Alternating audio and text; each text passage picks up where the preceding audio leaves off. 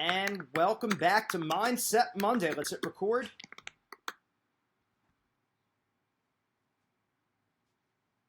Welcome back to Mindset Monday. I'm Gene Zanetti, your coast to coast mindset coach, bringing you the best available wrestling specific mindset information anywhere in the world.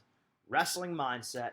And we like to encourage everyone, make sure that you're hopping on our 10-day confidence crash course while there's still some time left in the season. Make sure you take a look at our wrestling mindset page, www.wrestlingmindset.com. Go on our website and make sure you take a look at our 10-day confidence crash course for the best results. You want to have that one-on-one attention. So you have a mindset coach who's in your corner. He doesn't care about your team. He doesn't care about the people that are going up, that are saying different things in your life. He's in your corner. He's focused on you. I'm not saying they don't care about your team. Of course, we want your team to succeed.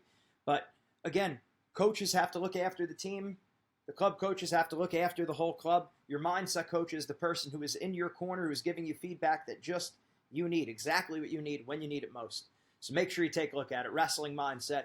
Look at those one-on-one sessions. Sign up for your free mindset trial tonight while there's still time left in the season. Okay, so the topic of the night, we're going over lessons from the Super Bowl. We're going over lessons from Thomas Gilman. We're going over lessons of the Russians. So very few people in America have not either seen or heard about the Super Bowl last night. And there's two main lessons that I think you really get out of that. One is mindset principle number 4. You never, ever give up. In fact, I was watching this with my family. My uncle was at the house, and I said, joking around, when they were up 21-0, when the Falcons were up 21-0, going into the, I don't know, it was going into almost like halftime, 21-3, whatever it was. And I was joking around saying, so what do you think they do? Play all their backups, so, now you give everyone a chance to play in the Super Bowl? And obviously you're just kidding around. But the idea there is, you never, ever give up. And we say that. Mindset principle number 4, I never, ever give up. So you can't quit. And a guy like Tom Brady, he's a winner. You don't become the best by giving in. You don't become the best by, when times get tough, you just start folding. We tend to look at these ultra-high performers, people like Tom Brady, people like Muhammad Ali, people like Jordan Burroughs, and we feel like, hey, they never had any adversity. We feel like things always were probably easy for them. They never had to come back from a deficit. Not true. Not true. Look at Jordan Burroughs when he was wrestling against David Taylor. He needed 2 takedowns with 1 minute left in the match, and he got it. Right? We forget about that, but a lot of people, they buckle under those kind of situations because they put too much pressure on themselves. They start thinking too much about outcomes. Someone like Tom Brady just refused to give up. So that's something that's directly in your control. It's in your direct control to never, ever give up. So make that a point. Don't ever quit on yourself. Never. And the other lesson, if you're the Falcons, is when you're winning by a certain score, I'm not saying they did this. I'm just saying the mentality sometimes when we're winning, you're winning by 3 touchdowns in the Super Bowl. When we're winning by 6 points in a match, if we're winning by 8 points in a match, we start thinking, hey, I got this kind of wrapped up, and we change our strategy. How often do we do that? We change our strategy when we're winning. It's a common thing. And Thomas Gilman was wrestling against Minnesota. He was down 8-0 going into the, it was the tail end of the second period. 30 seconds left in the third period, and sometime within then he got a reversal, eventually started storming back and got the win. So what does that tell you? Never ever give up by Thomas Gilman. And the Minnesota guy, I don't know if he changed up his game plan or not, and we're certainly not picking on him here. It's just a life lesson for all of us, is when you're winning, you can't change your strategy. You got to stick them in the ground. You step right on their throat. You take the match, and now you got to take their heart. And a lot of times, a lot of people might think that's hardcore, but that's how you got to be. The best competitors know how to kick the other person when they're down. And obviously, we're speaking metaphorically here. We're not actually saying to kick the person or, when we say be out for blood, we're not saying to actually do something illegal or cheap. We're not implying that at all. What we are saying is you got to go hard the whole time. And if you're beating them, you got to blow them out. I think about Jordan Burroughs' weight class in the Olympics. When he lost to the Russian in the semifinals, that Russian wound up being in the finals against the Iranian. The Russian was up 6-0 in the Olympic Championships. Now, we spoke about this actually over at the Olympic Training Center 2 weeks ago when we were over there. We brought this up to the teams that when the Russian was in the finals, he's up 6-0 at the half. 3 minutes left in the match. What's your mindset? You're winning 6-0, 4 more points as a tech. Are you thinking just hold on? Or are you thinking stomp this guy out? And the attitude has to be stomp him out. Finish him. You got to smell blood. You got to be a predator, and you got to stick him in the ground. And the Russian, and we're not picking on him either. We're just saying that, normally he has very good defense. He's very tough to finish on. The Iranian got in on his leg, and he kind of just bailed. 2. No big deal, right?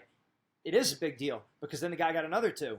And then with 15 seconds left in the match, the Iranian got the last takedown to make it 6-6. But we know in freestyle the last points win. So under the right circumstances, and those were the right circumstances. And guess what? The Russian, who was up 6-0, now wound up losing in the Olympic finals 6-6 because he let off the gas. I'm not sure what the exact story was with the Minnesota wrestler against Gilman, but if you'd had that attitude instead of just holding on, stick him in the ground, finish him, get the major. Don't be surprised if you're beating a good guy. You can beat a good guy really bad. And in fact, the Iowa coaches talk about this a lot. I've heard Brand say before in some of his documentaries, it doesn't have to be close. Just because you're wrestling a good guy doesn't mean it has to be close. You could break someone at any time. And especially at this point in the season where people are managing their weight, there's been ups and downs, there's been highs, there's been lows. You don't know how close someone is to breaking. You never know how close someone is to breaking. So keep pushing. And that includes whether you're winning or losing. A person might be beating you. You still don't know what exactly you need to do to break them. But I can tell you this. Every second that you're on the mat, you're a threat to that man. Every second you're on the mat, you're a threat to that other guy or girl, whoever you're going against. You're always a threat as long as you keep going forward and you never give up. So whether it's the Super Bowl with the Atlanta Falcons, whether it's the Minnesota wrestler, whether it's the Russian in the Olympic finals, the lesson for them, just learn the lesson. Stick them in the ground. Step on their throat. Be out for blood. You take the match, you got to take their heart. You got to smell blood, and you got to punish them. You got to put them away. Okay? Obviously, again, we're speaking metaphorically for the people who jumped on the call. I don't want to hear any complaints that we're advocating bullying or picking on people or doing something cheap or illegal. That's not what we're about. We got to be hardcore. We got to be going hard the entire time. And the lesson from Thomas Gilman, Tom Brady, and the Iranian in the Olympics is never give up. No matter what the situation is, even if you're losing, you don't know how close the other team is to breaking. So control the things within your control and let go of the things outside of your control. Very important. Very important. And, another thing to cover is when we look at our opponents, because again, now postseason, we start to know who we're going to go against, right? It's kind of inevitable. We know the people who we're going to be competing against. So we got to be careful. We got to remind ourselves the difference between the predator and the prey mindset. All right? Like as an example with even scouting, right? A lot of coaches come up to me and they say, well, what do you think about scouting? And I say 9 out of 10 people, I disagree with it. All right? Everyone's different. I know there's been people who've had success with scouting, but for every one or two people that have succeeded with scouting, I've seen probably 20 to 25 people fail because of scouting. Now, there are some wrestlers who could do it. If that's you, fine. But it doesn't make you bad or mentally weak if that's not for you. What I am saying is that when I talk to middle school and high school wrestlers, and we worked with thousands, tens of thousands of wrestlers all around the country, almost every middle school and high school wrestler tells us the same thing. I wrestle my best matches against out-of-state competition. Why do you think they wrestled their best matches against out-of-state competition? Because they don't know who they're wrestling, and they don't care who they're wrestling. And that usually leads to the absolute best outcomes. So I'd rather you, if you're on the fence with this one, I would recommend don't scout.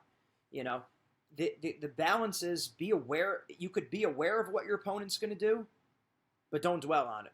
Be aware of it, but don't dwell on it. Here's the problem.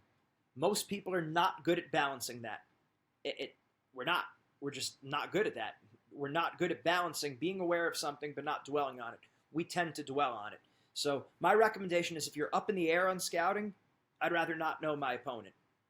But if you've had success in the past with that, okay, that's fine. I'm not trying to tell you what to do.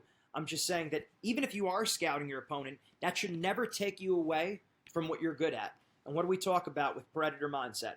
You focus on the things within your control, your effort, your attitude, and your aggressiveness. We were at the Maryland Coaches Convention. We spoke to all the coaches 20 minutes before Kyle Snyder stepped on. We just watched Kyle Snyder on the Big Ten Network over here wrestle against Rutgers. And what did Kyle Snyder? He said Kyle Snyder said the same exact thing as us. He wasn't in the room when we were there, but he actually shouted us out. He's like, I'm sure Wrestling Mindset just said the same thing. He probably saw everyone in the crowd laughing because we told them, don't focus on winning, don't focus on losing, don't focus on your opponent. Focus on 3 things within your control: your effort, your attitude, your aggressiveness. Now, of course, there's more things than that. There's our preparation. There's not giving up points easy, fighting every position. But we break it down to make it simple: effort, attitude, and aggressiveness. You can even break it down into effort and attitude. Okay, but focusing on those things. We don't want to be preoccupied. Oh, watch their sweep single. Watch their sweep single. And then we take our mind off of our offense. I would rather you know exactly what you're going to do, right? Focus on your best moves. If he's got a good move on top, I want you to think, get to my stand-up quick, or get to my knee slide, or my switch, or my Granby, whatever it possibly is. Just get to your power offense. What are you doing with your hands? Zeke Jones, our college coach, was very big with this, and so is John Smith. He talks about this all the time with this team. He says, what are you doing with your hands? If you don't know what you're doing with your hands, you're going to be scared. You have to know what you're doing in all these different positions. So being aware of what you're doing, focusing on your effort, your attitude, and your aggressiveness, and have fun. Have fun. That's another thing. A lot of times we just don't have fun when we're out there. We're focused too much on winning and losing. It becomes a whole big ordeal. We make a mountain out of a molehill. I just actually got done about a half an hour ago talking to a team from Utah, and we spoke about this, that if I'm attaching my identity to the outcome of my wrestling matches, I'm going to be scared. In other words, if I'm focused on, if I win, that makes me a better person, and if I lose, I'm a worse person, I'm scared. I'm going to be nervous. And I'll be honest here, I know my brothers, we kind of did that in high school. That's probably my greatest regret, that I identified too much with the outcome of my matches. If I win, I'm good. If I lose, I stink, right? And instead, I should have looked at it as we talk about mental toughness week 2. A lot of our wrestlers, you know what we're talking about here, our Wrestling Mindset clients, you know what worksheet I'm referring to when I say mental toughness week 2, or present moment week 5. Knowing your priority order, knowing that, hey, what's most important to you in life, and understanding, okay, well, my faith is number 1, my family is number 2, my health, my school, my wrestling. I'm not trying to downplay wrestling. I just need to remind myself. I want to remind myself. I don't need to. I want to remind myself that wrestling is not the only thing in my life.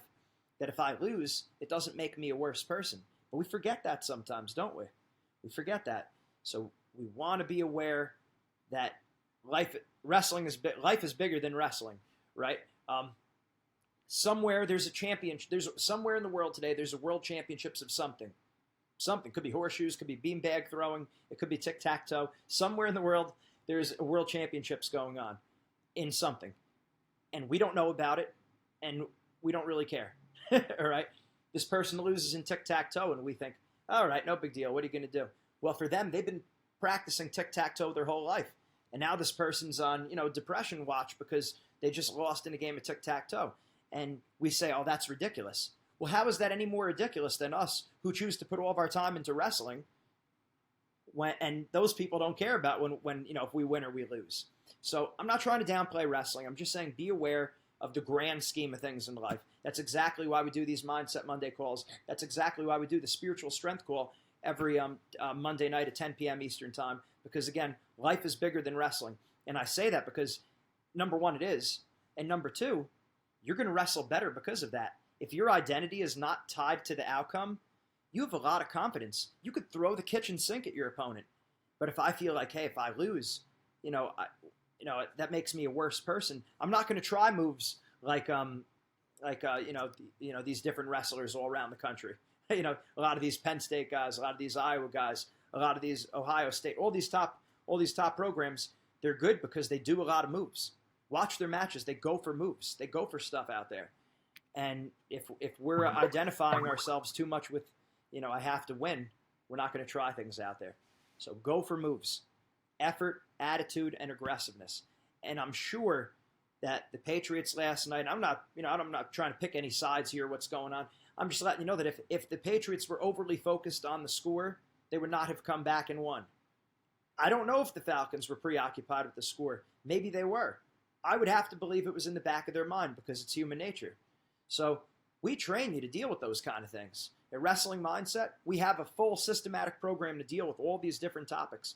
So we know when we start getting those thoughts, about letting other people down, what I'm ranked, what's going to happen if I lose this match, it makes me a worse person. We get those thoughts that pop up in our head. We teach the wrestlers how to deal with those things. And obviously, that confidence, like we talk about the 10-day confidence crash course, that's going to have benefits in your school, in your future career, in your personal relationships, in life. That's like 5 different dimensions right there. We just rattled off the top of my head. So knowing that this is not just a wrestling lesson, this is a life lesson. We can't focus on what our opponents are doing. We do focus on what we're going to do. Effort, attitude, and aggressiveness. Mindset principle number 4, I never ever give up. And when you're winning, you stomp them out. You stick them in the ground and step on their throat. All right? In a legal way, very legal, very clean, but you got to crush them, because if you give them any opportunity, you give them a little bit of breathing room, they might start coming back.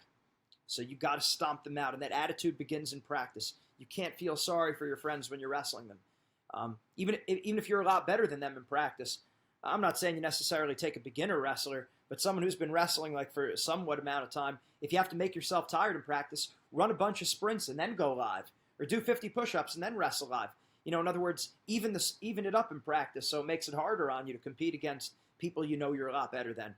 But you got to go all out in practice.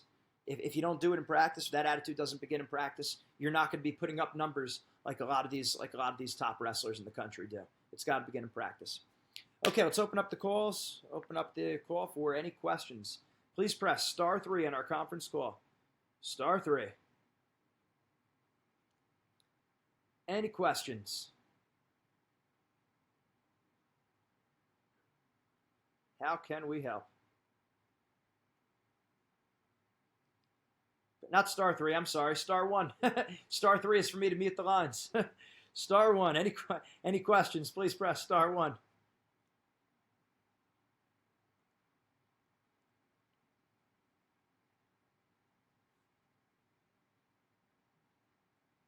Again, we have our spiritual strength call at 10 p.m. Eastern Time. Same exact number, 10 p.m. Eastern Time, spiritual strength, 9 p.m. Eastern Time, Mindset Monday.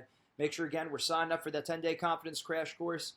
Check out our one-on-one trial session. Again, you have your mindset coach who's in your corner through all these ups and downs to help you right through this postseason, make good decisions, and keep you in the right place. People are going to be pulling you in different directions. A lot of parents, a lot of coaches, a lot of teammates get real stressed around this time of year, and you need someone in your corner to keep you level-headed. That's exactly what we do. We want you to be in the right mental state when you step out there, because the best wrestlers, you better believe their mind is right. We got to get this right up here.